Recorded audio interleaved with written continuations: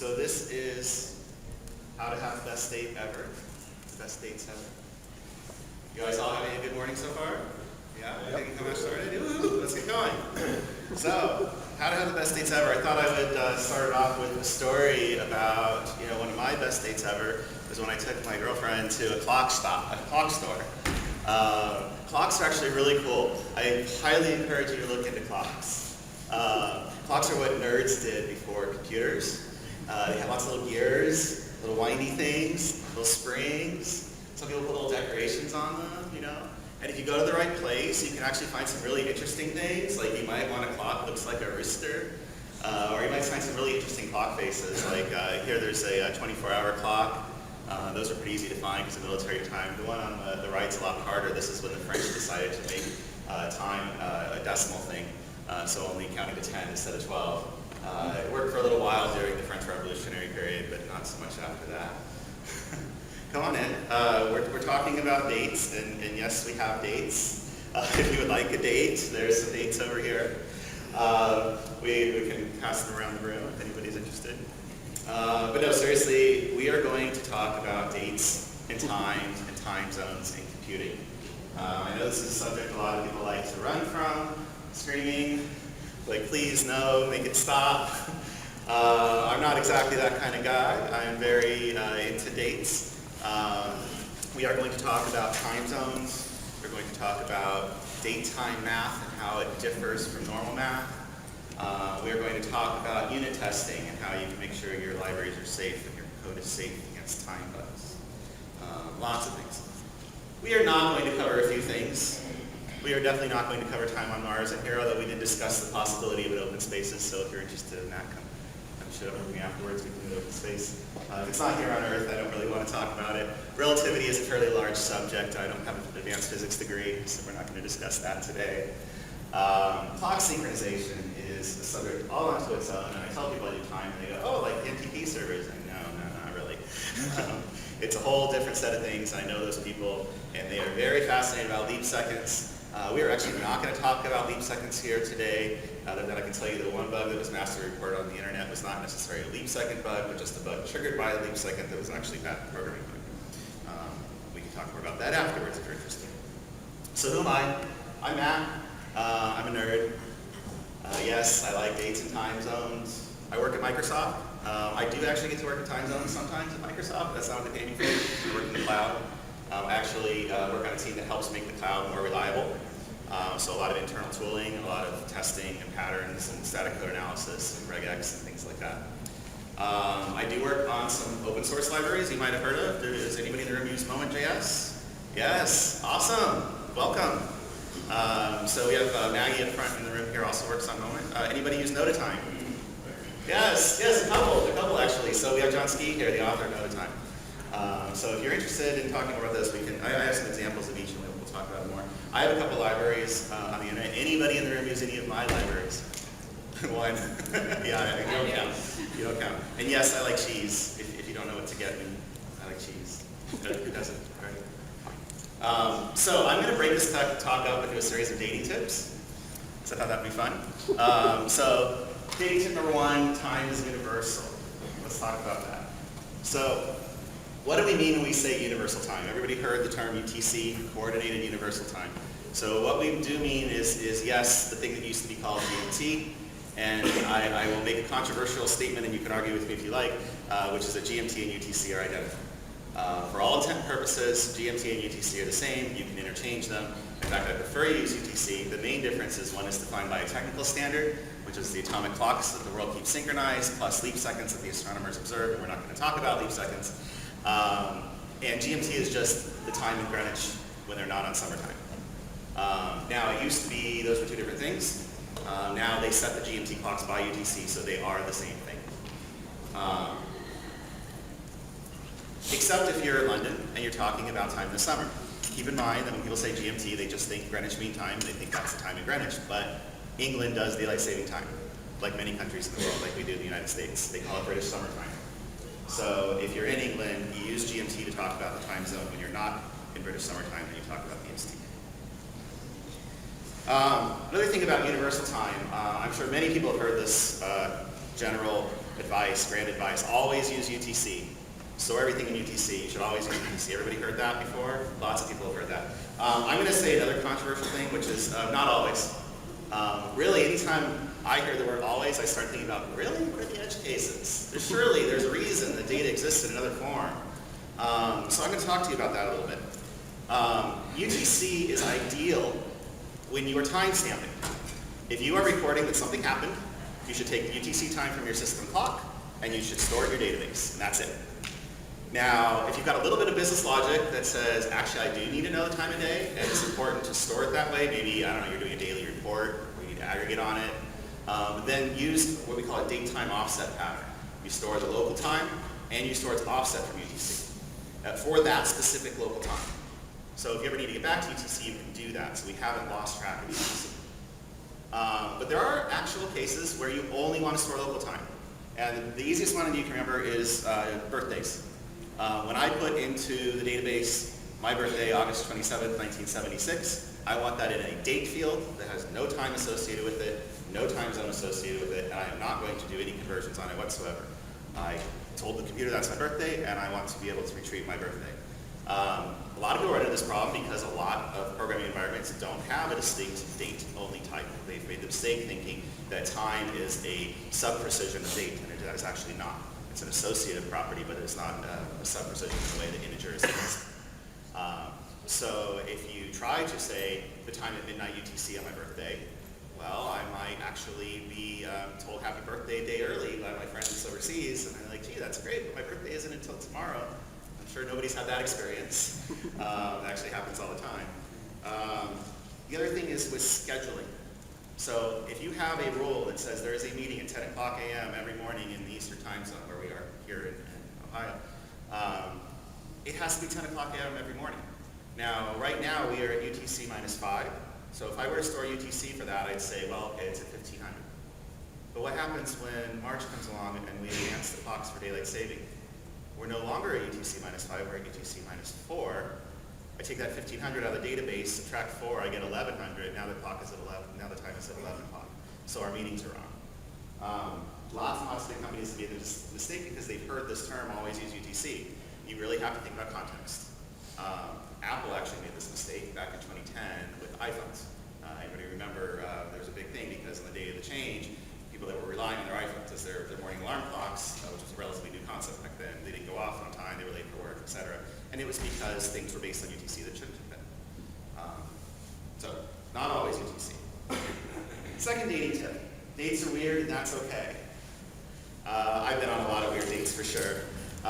You notice in the last slide I kind of highlighted two terms, time math and date math. That's what we're going to talk about here. Time math is the easy one. So let's talk about time math first. Time math is simple arithmetic and algebra. Okay? So you're talking about an elapsed timeline, the way you might think of time, the way it was drawn out for you in grade school on a timeline. It's an absolute unit of time. There are no discontinuities. You're talking about everything with regard to the SI unit of time, which is the second. You think milliseconds, petaseconds, heptoseconds, it doesn't matter. They're all related to the second. Minutes and hours are also related to the second by multiples of 60. Days are only related to the second if you consider a standard day of 24 hours. Not every day actually has 24 hours. We're going to talk about that in a minute when we talk about date math. But in general, if you can relate it back to the second, you can use time math and you simply add the time. Now notice in some of the examples I gave for you here, especially the bottom one, notice it did not necessarily end up where you thought it would be. I started at midnight and I ended up at 1 o'clock, even though I'm adding 48 hours. How'd that work? Well, I've given you a little bit of context clue, which is that this is in US Eastern Time. And I happen to know from the rules of US Eastern Time that I'm crossing a daylight saving time boundary here. So, but this formula here is algebraically still correct. I've got an offset of minus 5 on one side. I'm an hour off, but I've got an offset of minus 4 on the other. So through basic algebra, you do the same thing on both sides of the equation. It still works out. So this is still time math. Date math is different. Date math is very weird. It's the only time where you can literally tell your math teacher x plus 1 minus 1 is not equal to x. And that's because when we're talking about the 1 there, we have some units attached, which we tend to think of in the same kinds of ways that we think about absolute units, but they're not. Years, months, and days are not absolute units of time. They are variable units of time. We all know that different months have different days. If you're talking about the Gregorian calendar system that we all use. There are other calendar systems in the world. We're not going to really dig in too much to that. But even just in our own calendar system, people will say, well, I want to add 3 years. Well, I'm not sure if they're leap years or standard years, so I'm going to take the average year and add that in. But the problem there is, well, the average year, if you say, well, it's 365 and a quarter, and I take 3 of them, well, now I've got 3 quarters, and if I'm rounding, I might round up to a whole day, but what if I actually didn't cross a leap year boundary, right? So the math doesn't work out. A simpler way to think about that is well, if I start at January 1st at midnight, and I add 365 and a quarter days, where do I end up? January 1st at 6 a.m. That's not what I meant by a year, right? Days are the same way, and they're the same way because we have this concept of a local day. I would define today here as midnight to midnight in the U.S. Eastern Time Zone because that's where we're standing. But if you go into another time zone, it might not be. And if today happened to be the day of a DST transition, which it is not, you would find the day was longer or shorter. We talk about losing an hour or gaining an hour, etc. And it's not always a whole hour. There are transitions that occur that are in half-hour increments. Historically, there have been transitions in any number of increments. You may have heard that in 2010, Samoa actually moved from one side of the international date line to the other. So they had a 0-hour day. That's the only way you can logically think about it. You either say the day didn't exist, or you say they had a 0-hour day. So in general, days are also a variable length unit of time, depending on context. So date math introduces some interesting things, and one of the ones that's been keeping me busy for the last year is leap year. 2016 was a leap year. Last year at CodeMash, I tried to warn everybody, make sure you check for leap year bugs. Sure enough, there were a lot of leap year bugs. I actually live blogged the leap day. It was kind of fun. I just went on Twitter and kept searching and kept reading on the news about everybody having their leap day bugs, and they're documented there in the bit.ly link, where you can just search my log for leap day bugs. But it's hit so many people. I worked at Microsoft, and we had a huge outage in 2012, and it was basically boiled down to year plus plus. Because when you add a year to February 29th, you can't end up on February 29th the following year because leap years don't work that way. You have to know to move back to February 28th, or if you desire, move over to March 1st, but I personally think that that's the incorrect behavior. You should move back to February 28th. Some of the examples of leap year bugs are shown here. Clearly, if you define an array of 365 elements, there's nowhere to put day 366. So that actually happens on December 31st in the morning. And everybody's thinking about maybe New Year's bugs, but they're not thinking about the morning of. And specifically with regard to the cloud, we track everything in universal time. So when I say in Microsoft, that was in Pacific time. So 4 p.m. on the 30th was the day that we were watching for, as we moved into the 31st UTC. And thankfully we did a lot of work to make sure we weren't going to have any problems, and we didn't. The other thing on here is just, don't try to calculate if it's leap year or not yourself. It is not just every 4 years. It is every 4 years, unless the year is divisible by 100, except for years that are also divisible by 400, and people get that math wrong. So 1900 was a leap year, 2000 is not, 2100 will be. Most libraries have that built in, so just rely on your library for that, and if you really have to write it yourself, then refer to the internet, please. Another thing people do with date math, that's where you're calculating age. Anybody ever done something like this in any language at all? Just subtract, and then, few people, and just divide by the average years. And maybe you can just use integer math, so you're truncating your decimals, and you think you've got the right age. There are some places where even being a day off can be a significant problem. If you have a legal liability, maybe it's you're checking if a child is old enough to browse your website, or you're checking if somebody is of legal drinking age, things like that. And you really can't do that. So other than the decimal math, which we kind of talked about a minute ago, the second thing I'll say here is, well, whose day is it? I see code like this running in websites. And I'm thinking, well, where are they getting datetime today? If you're a .NET developer, you know that datetime today comes from the computer system's local clock. So it really matters what the administrator set on the server as far as what the day is. And I don't like writing that in my code because people can just come along and change it willy-nilly. So I want to say the correct approach is first decide what the correct day is. Whose time zone is it you're talking about? If you don't know, my rule of thumb is step A, if you know where the person is physically located, that's the time zone you should choose. Because I celebrate my own birthday, right? You don't celebrate it early for me. And then if you cannot determine where the person is, use your own time zone. Don't ever use the server's time zone. It's always the wrong choice, unless it happens to be on. Use the person's or the your own. And it's as simple as what you might do in your own head. Subtract the years. That'll tell you the age the person will be in that year, on their birthday in that year. So then you just say, has the birthday passed? And if it has not yet passed, you subtract. Simple as that. You can do that in any language. The algorithm's pretty simple. But that's the approach you should always take. Yes, dates make me nervous. At least they used to. I love this joke. The internet's full of jokes about stuff like this. Time zones really aren't that hard, but we're going to really try to get to the crux of what is a time zone. Because I think people get this wrong. As you can see, I'm wearing a shirt about it today. So dating tip number 3, let's get in the zone. Okay, everybody ready to get in the zone? Right. Okay, so what is a time zone? A time zone is a thing that converts universal time to local time. Or you might have heard these other terms, absolute time, instantaneous time, or on the other side, civil time, wall time. We call wall time a clock on the wall. Calendar time, it's sometimes called. And we give time zones identifiers, like here I'm showing you America/New York. This is an identifier from the IANA time zone database. It is the only data set anybody should be using ever. Unfortunately, back in the early Windows NT days, Microsoft made a decision not to use it, so they are still the outlier. I've been working really hard to push in that direction, and we're making great progress. So we can take that offline if you want to. But all of that data comes from this big open source project, which is the TZ database run by IANA. And it's been going since 1983. It's probably one of the oldest open source projects still around that we use every single day. It creeps into Linux, Java, JavaScript, .NET, Macs, Python. You know, if you can imagine it, if you've got a watch on your hand somewhere and it told you to set the time zone, that's probably using some variant of the IANA database where data derived from. So what does that data look like? This is one record. We've been talking about the Eastern time zone here. This is America, New York. This is one complete entry for America, New York. And algorithmically, what you would do is you would say, well, there's 2 types of entries, zone entries and rule entries. And you would look at the zone entry for this time zone ID, and you would say, well, it's followed 2 different rules. It's followed a set of US rules and New York City rules, because in some cases, New York City had deviated in its history. And you would use the dates on here to find out that, well, the current rule is -5 following the US standards.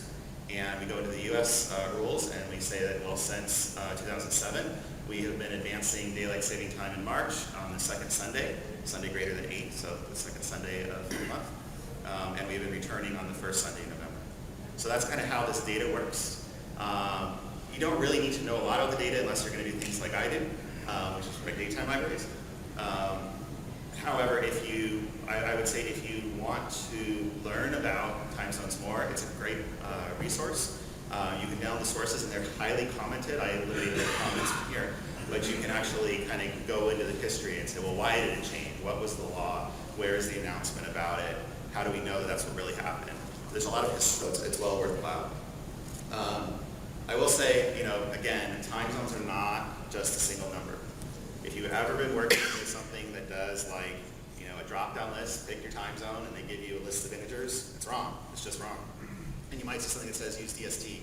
All right, every time I see that, I'm like, well, whose DST are you talking about? Are you talking about the United States DST? Maybe before 2007, since these are kind of antiquated interfaces. People tend to write stuff like this, and then when they're going through testing and user acceptance testing, they find there's problems because they have users all over the world, and people complain. Like, don't complain, just don't do that. Okay? Time zones have a history of changes, like we saw. And the transitions throughout them vary. Like I just said, Eastern is -5 and -4. Well, that's currently. And they may have had others in the past. And other time zones change for other reasons. It's not always daylight saving time. Sometimes it's the government just says, well, we were here, now we want to be here. It happened in Venezuela last year, in 2016. It happened in a couple of places in Russia in 2016. Turkey decided to stay on daylight saving time, make that their new standard time. This stuff happens again and again and again. And you just can't make any assumptions about it. So don't try to code it yourself. Use the time zone database. The offsets themselves are interesting. They're not just -12 to +12 and there's 24. There's actually -12 to +14. And there are several that are half hour off or 45 minutes off in the current set of data. Again, going back in history, there have been a lot more of them. So right now there's about 40-ish time zone offsets that might be in the world at any given time. As far as time zones themselves, when you try to actually look at the regions and all of their distinct rules, there are, I don't know, 340 something of them, and a whole bunch of different aliases for ways they've been named over the years as well. And the other kicker here is a lot of people say, well, DST is always a 1 hour transition. That's just not true. Currently, there used to be more, but currently there's a little island off the coast of Australia called Lord Howe Island, and they transition by half an hour. They go from UTC plus 10 and a half for standard time up to UTC plus 11 for daylight time. So you just can't make those assumptions. Let's talk about daylight time. How does it work? Daylight saving time. This chart kind of graphs the movement of daylight saving time through the Pacific time zone on the west coast of the United States. And you can see that as we approach 2 o'clock in the United States, we jump to 3 o'clock. We don't actually ever hit 2 o'clock. So it doesn't matter what precision you're talking about. If you see 2 o'clock, it's invalid. Anything at 2 o'clock hour on that day would be invalid. When we do that jump, we advance by an hour in local time, but UTC is still contiguous. So you can imagine if I'm looking at this axis left to right, I have a continuous function. If I'm looking at it top to bottom, I don't. I have this gap here. In the fall, we work the other way. We go back an hour. So as we approach 2 o'clock, we jump back to 1 o'clock. So the time between 1 o'clock and 1:59:59.999, as many decimals as you want, gets repeated. And the interesting thing here is some people often forget when you're like, well, gee, I've got 1:30 and I don't know which one it is, I'll just pick the standard one. Well, they forget that the standard one's the second one. And normally when we talk about time in an event sequence, we talk about the time moving forward. So if I want an event to recur every day, I should probably pick the first one, not the second one. A lot of frameworks makes this mistake. .NET framework makes this mistake. If you try to ask for the UTC offset off the time zone info object, it will give you the standard one when in doubt. And that's not always the right thing to do. Abbreviations themselves are bad. Okay, time zone abbreviations are a mess. I would say if you can avoid them entirely, please do. If you're from Hawaii, you probably just say Hawaii time. You don't say Hawaii Aleutian Standard Time. Aleutian Islands are off the coast of Alaska. Not that many people live there. It's 2,000 miles away. It's kind of cold, where Hawaii's kind of temperate. You just can't rely on things like that. In other places in the world, we kind of make, in general, as software programmers, we tend to be very North American or Western European centric, and so we think that the world works the way we do. But in actuality, a lot of people don't talk about their time zone because they stay in their locality and their country doesn't have more than one. So, like in Minsk, they were really actually upset that we were calling their time zone Minsk time with abbreviated MSK because Moscow uses the abbreviation MSK. And they didn't want that association. So lately, in the last several revisions of the time zone database, we've been replacing the abbreviations that were invented with just numerical values. So you may start seeing in some of your timestamps where you're used to seeing a 3 or 4 letter abbreviation, you may start seeing numbers and thinking your code's wrong. It's not, it's just there are not abbreviations for every time zone available. So in general, don't use them, but if you do use them for display only. Don't ever try to take them as input. They're just not the right thing to take as input. Again, time zones are weird. Anybody from Australia? No? Nobody Aussies in the room? Okay, well, Australia is kind of my favorite place because they just have a lot of edge cases. We talked about Lord Howe Island already with being half an hour off. There's unofficial time zones that are 3/4 off. There's the southern states which use DST and the northern ones that do not. And they have referendums about this all the time to try to figure out if they should keep doing it or not. So we try to keep up on those changes. And that's leading to number 4, is it's always good to be current on your current events before you go on your dates. Let me tell you about just a few current events from last year. This is probably the biggest one. Egypt is a fairly technologically savvy country, and they have these great debates and arguments over should the DST be canceled or not. And it was yes, and then it was no, and then it was yes, and then it was no, 3 days before it would have gone into effect. And so all us techies are scrambling. We're like, we can't push data to devices that fast, and even if we do, we can't get people to install them that fast. There's literally, somewhere I should have grabbed it, but there's a picture on the internet of a guy holding 2 iPhones in Egypt, and one has the correct time, one has the wrong time. And the reason is because, well, yeah, Apple jumped as fast as they could on this, but, you see a little red system update icon, you don't always hit it right away. I know I've built that, sometimes they wait months. And that's how they were delivering their time zone updates.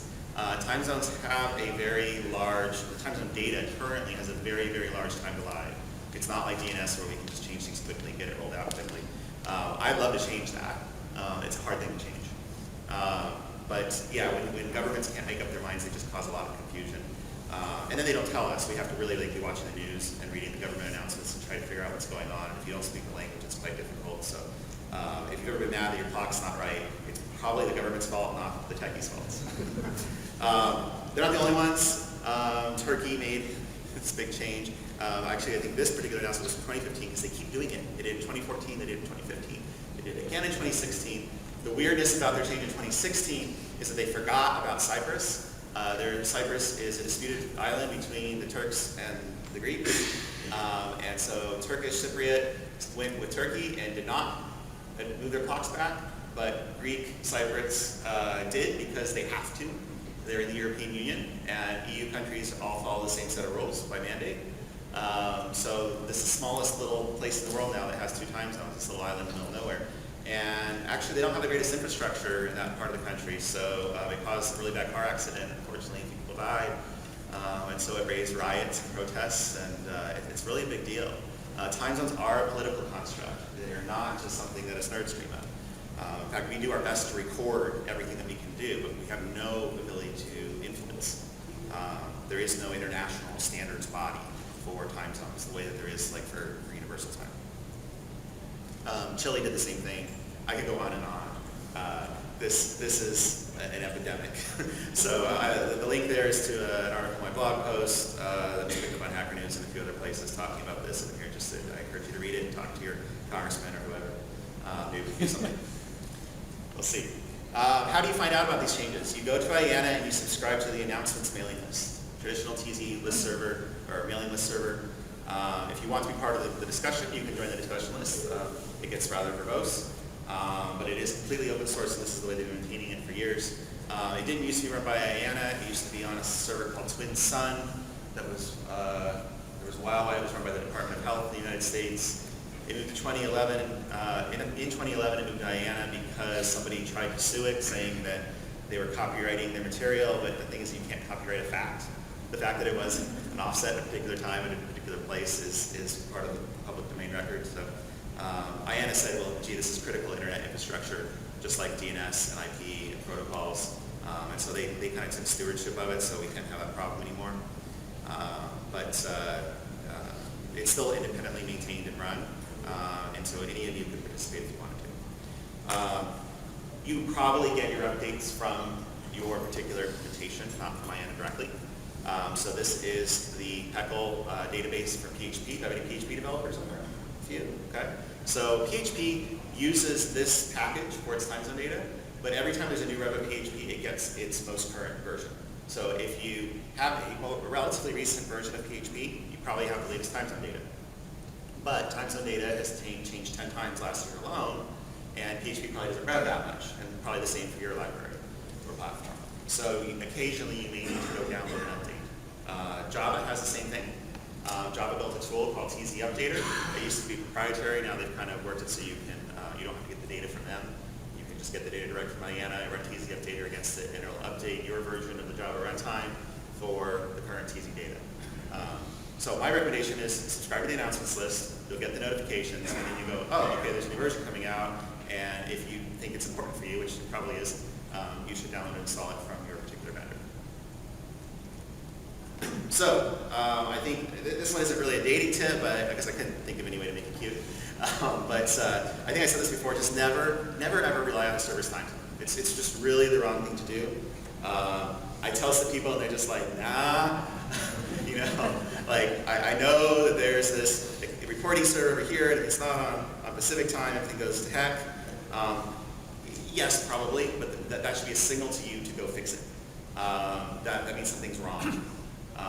Because think about like how is the time zone set on most computers? Usually just globally for the entire thing. What if you have more than one application and they have different needs? You know, that's a big problem. And sometimes just there's no protection on it, and you know, sometimes it can be locked down by administrative privileges. But if you don't have those permissions set, then you know, they can be up to anybody. How does this happen? I'm going to go back to .NET again because that's my favorite environment. We just do little things like to universal time. But what's missing here? The from part of that, right? So like from what to universal time? And so the system will say, well, from local time. they don't know who your user is. They don't know what your context or application is. It's just going off the machine. So just don't do that unless you are on like a client device. If you're on a mobile phone or a desktop app where you actually want that behavior, don't use that. Instead, when you do .NET, you say, find me the system time zone I'm interested in, and convert using that, please. That has a built-in with some Windows time zones. That Eastern Standard Time, by the way, is a Windows time zone identifier that just means Eastern Time, US Eastern Time in particular. So it does change for daylight time, so people get confused about that. Again, use the IANA standards if you can. If you want to do it in .NET, use the Noda Time library. That's the best way to do it in .NET. So, dating tip number 6. We're moving right along here. Dates are valuable. I find them valuable anyway. So let's talk about that. These are some of the data types that you would get if you were using the new Java 8 API, if you were using the Noda Time API, and they kind of really fully illustrate the domain of date and time. If you are a domain-driven design kind of person and you think about entities and value objects, dates are value objects. That's why I say they're valuable. They have no identity. I can say it's 3 o'clock, I can put that in the system, and then you get back to me and I know it's the same 3 o'clock, right? But they have different ways of thinking about things than you might have thought about before. They're not just one thing you can shove everything into. If your system only has one type called date time, or let's pick on JavaScript, it has one type called date. It's not a date, it's a date time. It is a zone date time to be precise, and it's a zone date time that is fixed to universal time. And it projects to local time. It's got these weird quirks about it.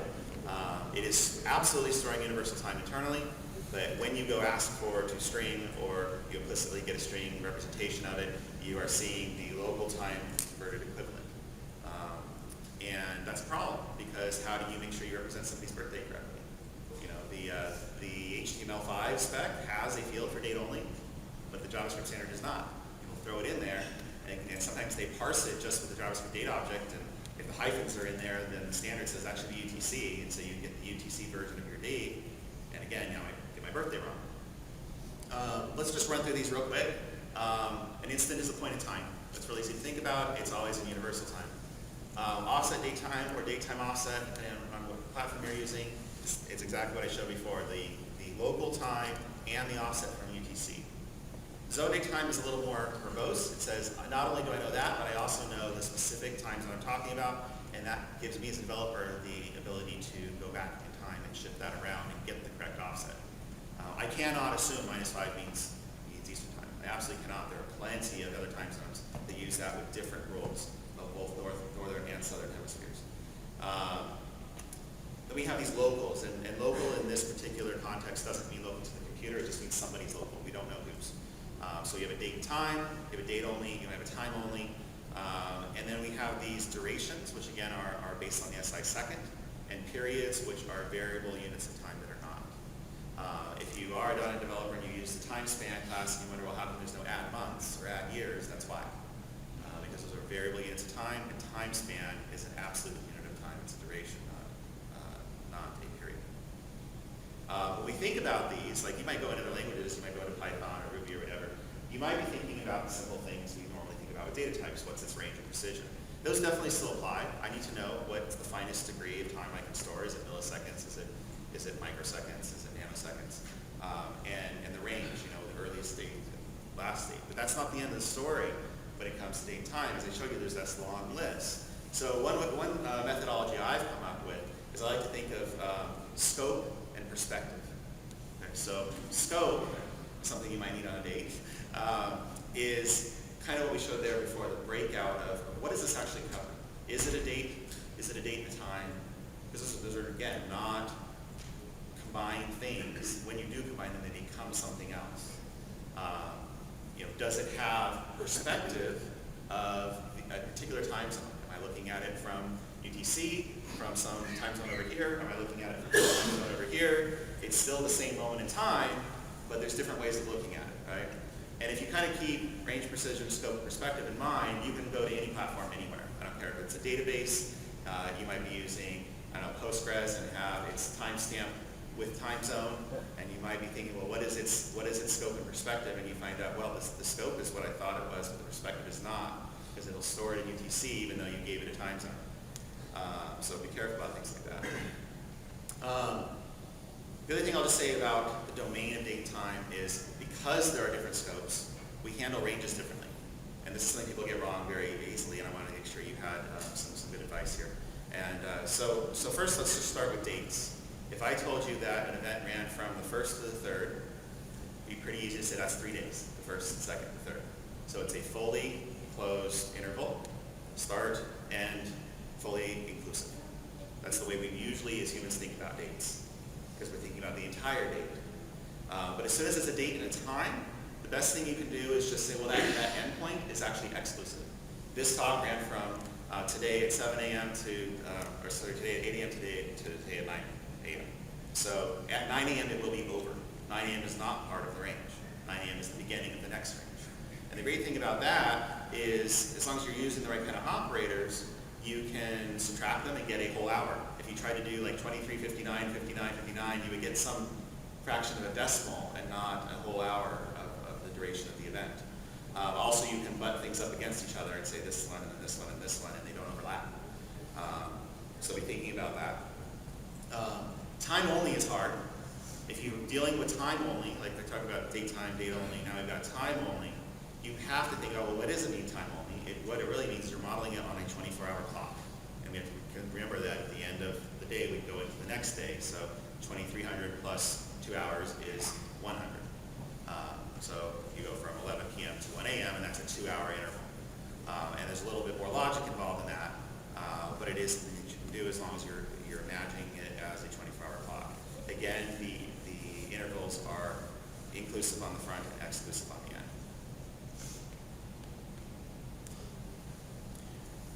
Number 7, moving right along. Dates come in many formats. I've been on lots of dates. Choose wisely. So, what date is that? Have you ever encountered stuff like this? Like you have user input, but it wasn't clear.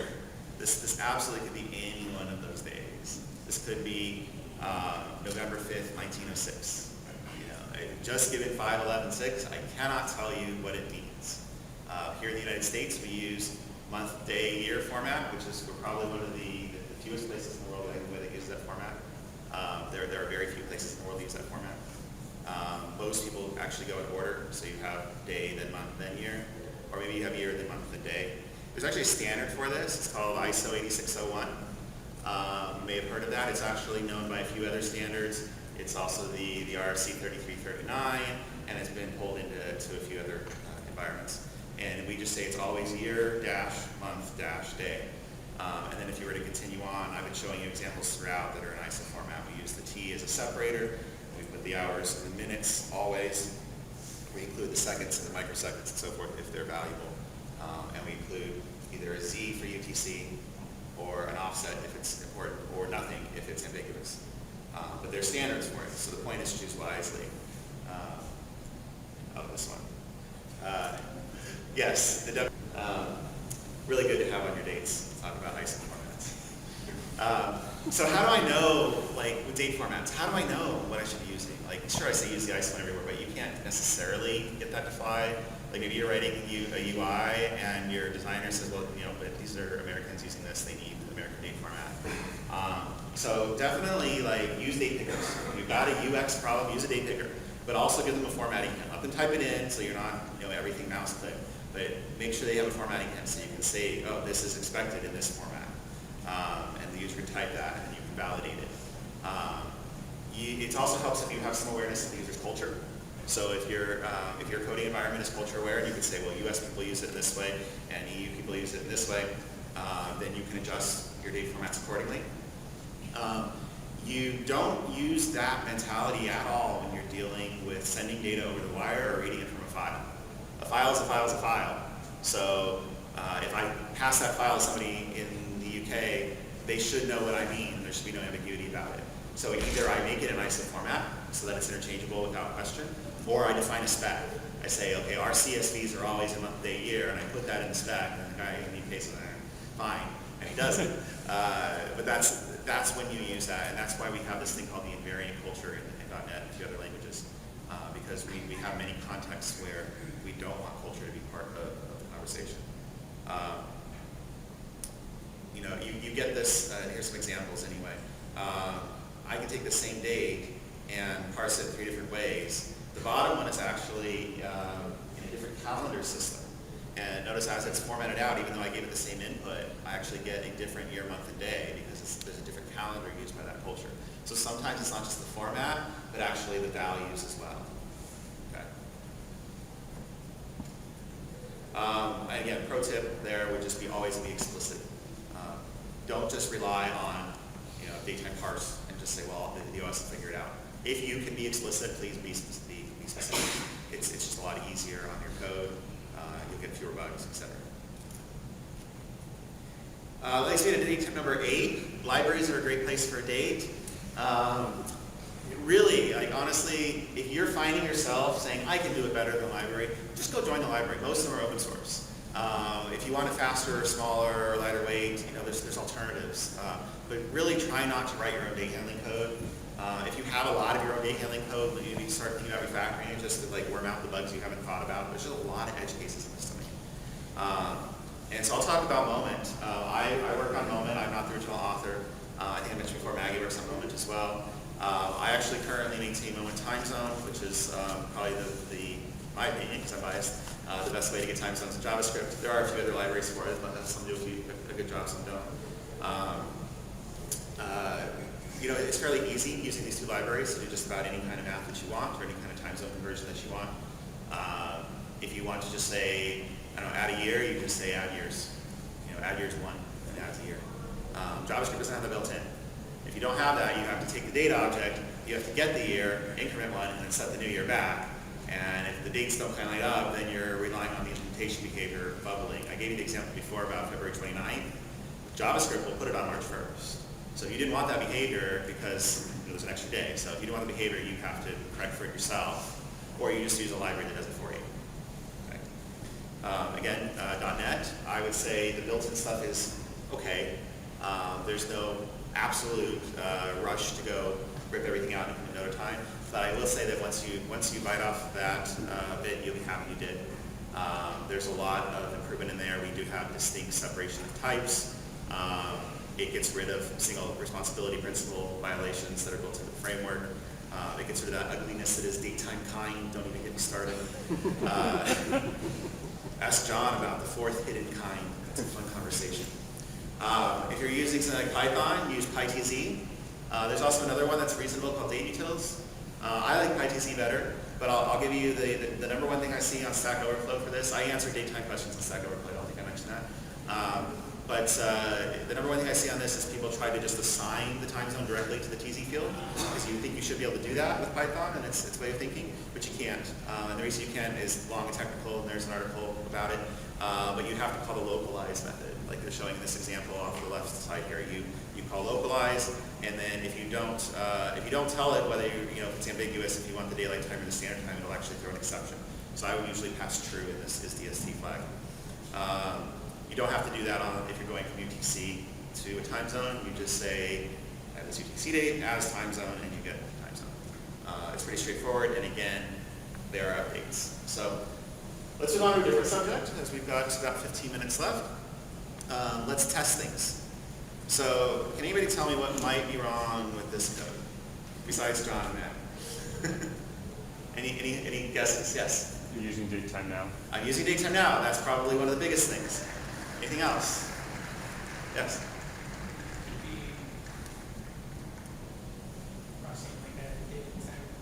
I could be crossing a daylight saving time transition, exactly. The datetime object in .NET is not aware of daylight saving time transitions. So I could be, you don't know where you're at, but it doesn't matter how big of a range I move. I could be crossing a DST transition, and the time I end up might be invalid. So how do I test for these things? I can't, because I haven't written this method in a way that is testable. Datetime now is something you just call once, and there's no inputs here. I can't change it out. If I could write test wrappers around this all day long, and I would have to go change the clock in order to do that. So why not just write code that changes the clock? I call this mock the clock. This is dependency injection. If you haven't seen this before, you can also do it through service location or a few other patterns. And you can do it in any language, absolutely. A lot of languages have it built in. Some platforms have it built in. If you're using JavaScript, if you're not using Moment with JavaScript, there's this library called Synon. You can still do it. If you're using Moment, we have it built in, or you can use it on if you like. But this is using Noda Time. And basically what it's saying is, well, when I spin up this service, I'm going to inject a clock. I didn't tell you what kind of clock, I just said I'm going to inject a clock, and then I do all my operations with that clock. Right? I do return an instant here, so I don't have the DST problem. That's a Noda Time type safety thing. But the cool thing is that when I actually call this, I can wire up a system clock at runtime, and I can wire up a fake clock during my tests. Noda Time comes with a system clock and a fake clock. I've even written an extension that wires up an NTP clock. So you can say, I don't trust user's clock, I want to make sure I reach out to the internet to get the current time and use that as a time source. And you can write your own, because it's just an interface. It's just an interface that returns the current time. But because you have that pattern in place, now you can test this function. And I can find out if there was a bug. Whatever the logic of my function might be, some business logic that advances a day or stops a sale at the end of the week, etc. I could do that because I made my application testable. So moving right along, let's talk about precision. This is some .NET code that does some time measurements. We're doing some work, and we want to know how long did it take to do that work. In general, we call this task profiling. You've heard about profiling your application. This is completely the wrong way to do it. We already talked about daylight saving time. Datetime now returns daylight saving time. But there's a bigger problem. The bigger problem is that datetime comes from the computer's real-time clock. It's a part of the hardware that's bubbled up through the operating system and into your language that its responsibility is telling you the time of day. Its responsibility is not measuring intervals with precision. Most computers' real-time clocks are only precise to about 10 milliseconds at best. To get them more precise requires some high expensive crystals and some timekeeping equipment, and you can go buy those things, but most people don't. Sure, I could switch to UTC. That would eliminate the daylight problem. It's still not the right thing to do for profiling, but in a pinch it'll work. If I don't care about that level of precision, if I want to know, maybe these two things are not the same method, maybe they are completely not even in the same process. I could time them and pour them in logs in UTC, compute the difference between them, and I'd have precision and accuracy to a second at least, if not to a few hundred milliseconds. But the better way to do it is to use whatever's built into your library framework that doesn't use the real-time clock. It uses the system's hardware counters. These are processor level features that are not relative to UTC or local time or anything. They cannot be mucked with. You can't go in and have the user change the time setting and then screw up your measurements. It doesn't matter if the system is speeding up or slowing down the clock because of a leap second or other different ways things can happen. This will always give you back the exact elapsed time. In .NET it's the stopwatch. In JavaScript I believe it's performance now. There's a few other APIs that expose it in different languages. I said I wasn't going to talk about it, but the leap second bug that everybody's talking right now, the Cloudflare leap second bug, was because the Go language does not expose an API for this. So the Go people right now are bike shedding about what that API is going to look like, so this doesn't happen again. But the hardware is there, the OS in Linux, Windows, and Mac, everything exposes it. Your platform exposes it, so you should use it. Last thing is just ask for help when you need it. I do a lot of work on Stack Overflow. John and I battle over who leads the datetime and time zone tags. There's a lot of other people that help. There's a great guy named JF Sebastian that helps in the Python space. There's people in every language that you can think of. If you want to learn C++, talk to Howard Hinnant. The language goes on and on. The list goes on and on. You want to talk to Java people, there's Stephen Colborn who actually helped invent the standard. If you want to talk about JavaScript, Maggie and I are here today, and I hope that helps you decide how to have the best dates ever. I will open up for questions in the last 10 minutes that we have. Oh, also I have a course on Pluralsight. You're welcome to watch. Thank you.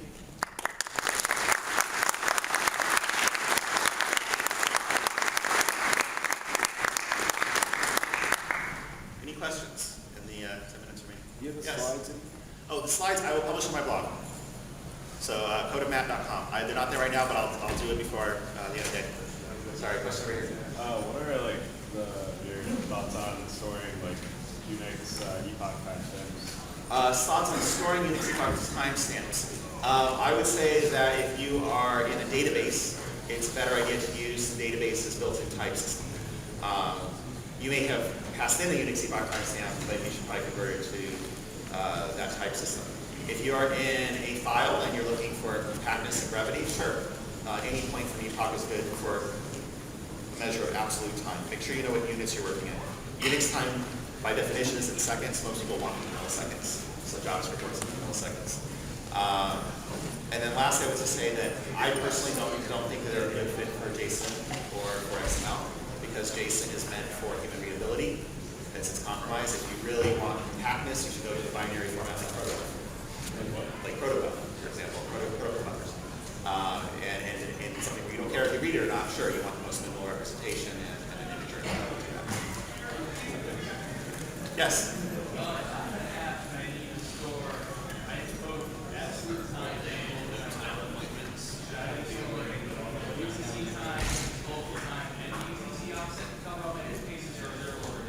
If you have a language that has a datetime offset pattern, you want to use that. If you don't have one, universal time is, well, it depends on the context. So I gave you the scenarios. If you're talking about an absolute point in time, use universal time. And if you have the time zone somewhere else, maybe in the user's profile, you can convert it. You can always go UTC to local without any loss. If you're going the other way, local to UTC, you have to think about the ambiguities and the overlaps and the invalid periods, etc. So you might create a rule for that. That's what we do in scheduling. It's storage. So one thing, like say in a database, you store a UTC time. Maybe you have no DTO representation, so you store UTC time, but you need a daily total, and the daily is by some time zone. Well, what you might do is a computed column. So you might create a computed column that is in that time zone, so it projects the UTC time to the local time in that time zone. And now you've got a field that you can run, you can index, you can group by, run queries across, etc. So a lot of people use that pattern. And actually, even in SQL Server, which does have datetime offset, it always indexes by UTC only. So if you want performance, you do have to create a computed column. So to the computed column, I would probably need to store at least the UTC offset at the time that the user entered it. I want to always go back to their local time. You would need, yeah, the UTC offset and either their local time, so you can store both, or an integer, a decimal, that one of them that will tell you the offset. Okay. You can store offset as an integer, but you have to do it in minutes, Yeah. not in hours. Cool, thanks. Sure.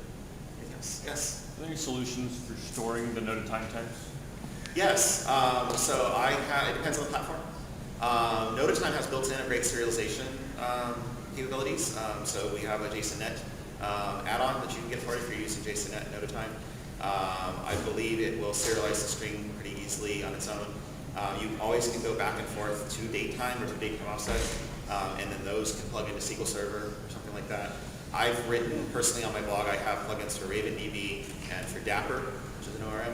I would love to do one for Entity Framework, except Entity Framework has a long-standing bug where they don't allow you to do value type mapping. They're working on that. But somebody else did one, I think, for Hibernate, and there's two others. Yes, back in back. Regarding performance, when you're using something like the stopwatch to gather time, is there anything that's going to be a big performance penalty as you start tracking a lot of different things for people versus doing it? Is there a performance penalty for stopwatch? With specific regard to .NET or the hardware underneath? Any language? Okay, so what I would say with regard to .NET is if you have a lot of them, if you're profiling in .NET, stopwatch has two APIs. The new stopwatch and then stop it and read the time is the one most people use, but that does create an object on the heap that has to be garbage collected. So if you have a lot of them, you will give yourself extraneous pressure to go and collect those classes. The secondary API is a static method off of the stopwatch class called getTimestamp, and it just returns you a long integer. And you can subtract those, but when you read them, you have to also take into account there's a stopwatch.frequency, which will tell you how many ticks per second are actually in that number. So you have to do a little bit extra math, but the math is not as expensive as the process of garbage collecting. But that's just because that particular API is a class and not a struct. As far as the hardware goes, then absolutely. And in fact, the counters it returns will survive across processes. They are OS level things. They do not survive across reboots, but they will survive across processes. You can have multiple different applications using the same set of counters as long as you're not storing them for later retrieval. Yeah, sure. So you mentioned how Java and PHP kind of get their timestamp stuff. You know what the popular databases do? SQL Server, Postgres, and those, how often they're updated? Sure. Okay, so time zones and databases are really interesting. Up until the latest SQL 2016, there was no support for time zones in SQL Server. They added it in 2016, and SQL Server gets it from the operating system. They use the Windows time zones, so they're as current as your Windows updates are. Azure SQL DB also uses that same interface, but you have no control over when they do the time zone updates. That's a problem. Now, I have a package on NuGet, on GitHub, called SQL Server Time Zone Support that will go all the way back to SQL 2008 and give you DB support, and you get to control when you do those updates. So that's a good one. Postgres, I believe, does it when they do the build, but you do your own custom builds. MySQL pulls in tables that you import. I'm sorry, they use the Linux OS data if it's there, so it's as updated as Linux is. But if you're on Windows, you have to import the tables yourself. So there's always some control, which is either get a new version, update the tables, or update your underlying operating system data, and that will keep you current. Again, the best thing is subscribe to the announcements list so that you know when those updates are coming, or at least you can start looking for them. Any other questions? One over here. So, what got you thinking about dates and times? What got me thinking about dates and times? I tell a few stories. Well, I started with computers very early. My dad was a computer programmer. I really been searching my family photo albums for like a picture of me sitting on his lap in front of the computer. I put my slides, but I don't have it. I went to a computer camp. I remember being on little Commodore 64s, and all the other kids were writing like push 1 for this, push 2 for that, and they would just say hello world. And I was doing like the ticking clock in the center of the screen and in big graphics and things like that. So I always had an interesting time. The other thing is, like, what got me into this level of detail is I worked in the domain of employee time and attendance keeping. And I can tell you, if you have an hourly employee who travels and clocks in from one time zone and clocks out in another, you have to know about this stuff.